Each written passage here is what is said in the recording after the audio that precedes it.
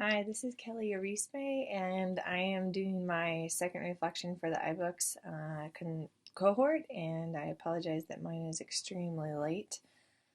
I decided to use Camtasia Relay so I could show you a little bit about what I'm doing with my iBook.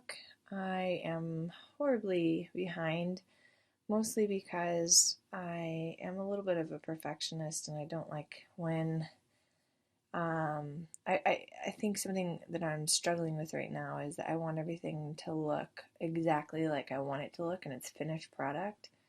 And so it's difficult for me to move on to a different chapter before the font and all the details are organized and um, standardized, if you will.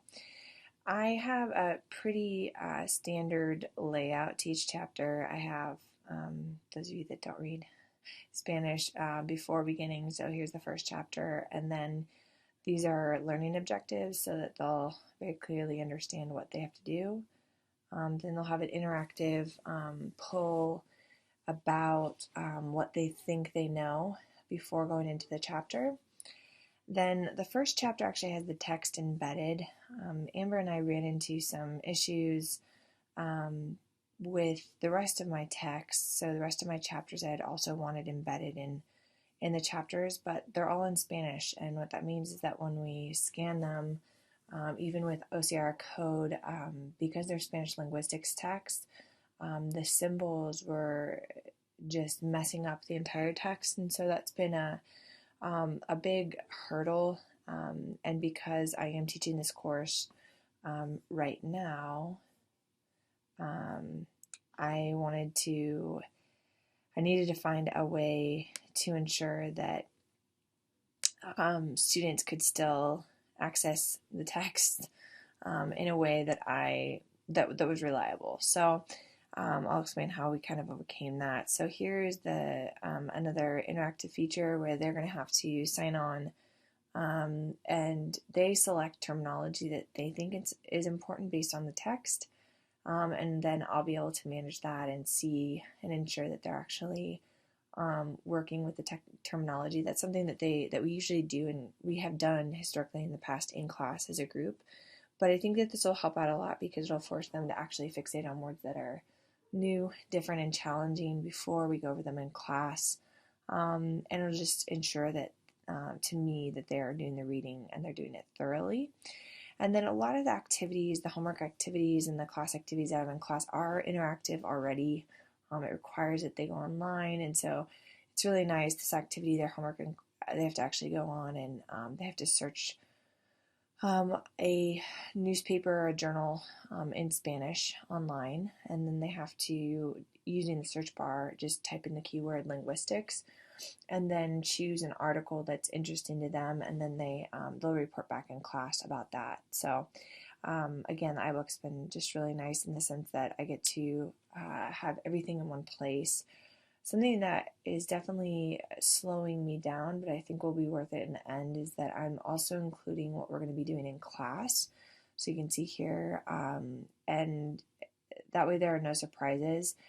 The content is complex enough that students would be really foolish to see this and think that they could follow on their own. I'm not worried about discouraging them to come to class. I think that it'll actually help prepare them for what we're going to do in class, and hopefully also too, in the event when students have emergencies or are sick, I mean, they can go on to this.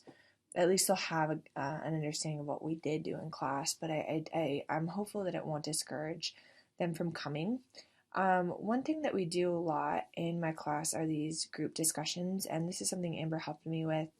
So if I go back here, there is a link. So I embedded my keynote presentations right into the text, which is nice. And then there's a link that takes them right to a Google Drive.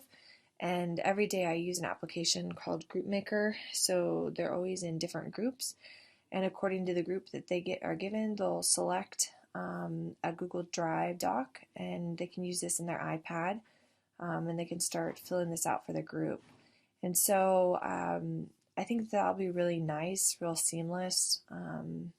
So I've created a lot of these discussion questions with different groups so that it's all synced in the text. And then this little icon, see, everything still for me is not very pretty. I'd like it to be pretty, but I keep telling myself that that will come in the fall. Is all their homeworks are, they have this symbol here. It tells them what they're going to have to do. And so moving on to chapter 1, section 2. So I still have to flesh out. I have all of these written down on paper, but I have to copy them. You'll see here that this little icon I've created, it's also linked, and this is a shared Google Doc that they can download and then hopefully open in Notability and then annotate on top of. This is a poor scan, so I need to work on that a little bit this semester too, is improving the scans, especially since I would eventually like to make this icon go away and just have the actual text embedded in the textbook. But for now, I think it'll work because they can click on the link, download it into Notability, and then annotate on top of it. And hopefully that'll be beneficial for them as they work, as they read through the material. And then I have these placeholders here because I need to embed those. The interactive features just bog me down a lot. They take so much time. So I started putting placeholders so that you'll see I made a mistake in the organization here. And that's been a challenge because I find myself just getting so overwhelmed with all the interactive features, the format, the editing. And so I've started just writing in placeholders so that I can make sure that the flow is first there so that I know what needs to go everywhere. And then I'll go back and work on actually fleshing out some of the material. So it's just a learning process, and I also realized that doing the iBook in large chunks once a week is not really working for me because it takes me an hour to get back into the flow and to remember. So I'm going to try to dedicate 20 to 30 minutes every day to working on this because it's just so much easier when it's fresh in my mind. So that's something I'm learning, and I'm going to try to implement that in weeks to come. I use a lot of Nearpod, so this is just a placeholder so students know. I'll give them the code in class and we'll use the tablets to do that. Again, here's their discussion questions that they'll do after we do that interactive presentation. If you guys haven't used Nearpod, I really encourage you to check it out. It's awesome for language learning. And then this is what I was referring to with the making it personal. So again, you can't read this unless you speak Spanish, but which would be great. But basically, these are going to be, I'm hoping. So one thing I took away from our, I guess, meeting last week was that it's going to really be important for me to dole this book out in chapters. So I'm going to give my students their iBook in 3-chapter allotments. So, and the reason I'm doing that is because I'm behind, probably as the primary reason, but I also am encouraged that it'll be best because it'll allow me to have a more open dialogue with them in class about what's working well.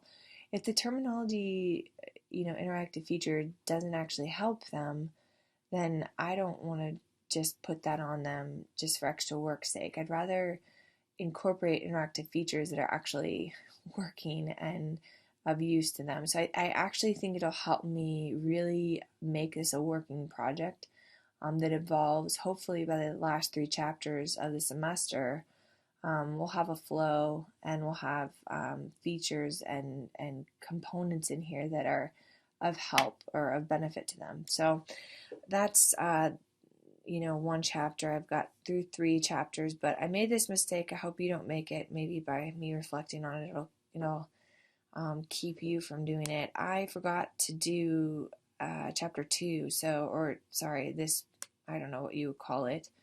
The page, I can't move it, and so I'm really frustrated because iBooks doesn't let you move these placeholders as easily as I'd like. You can move sections apparently, but you can't move this chapter 2 heading. It needs to go right here. I can't move it up there. So that's pretty frustrating, and I think I'm going to lose a lot of time um, because of that mistake. And again, I think that I made that mistake because I was doing this in large chunks every other week or every week, and it's too hard for me with everything that's going on, because I'm also trying, as you all are, to sync the course content with the material in the syllabus and make sure that the formatting is right. And it's just, there's too much for me as a novice with iBooks to keep it all straight, especially with the semester commencing and us just all as nutty professors being so overworked with other projects. I think that the 20 minutes a day, even every other day, is going to be a better strategy for me. So I think I've reflected on everything that you've asked. What areas are you feeling most confident with? Well, I thought I was feeling a lot more confident with it, but then yesterday I was just having some struggles with the formatting. So I think I've addressed the other questions, and I'm going to finish. I went way over my allotted time. Apologies.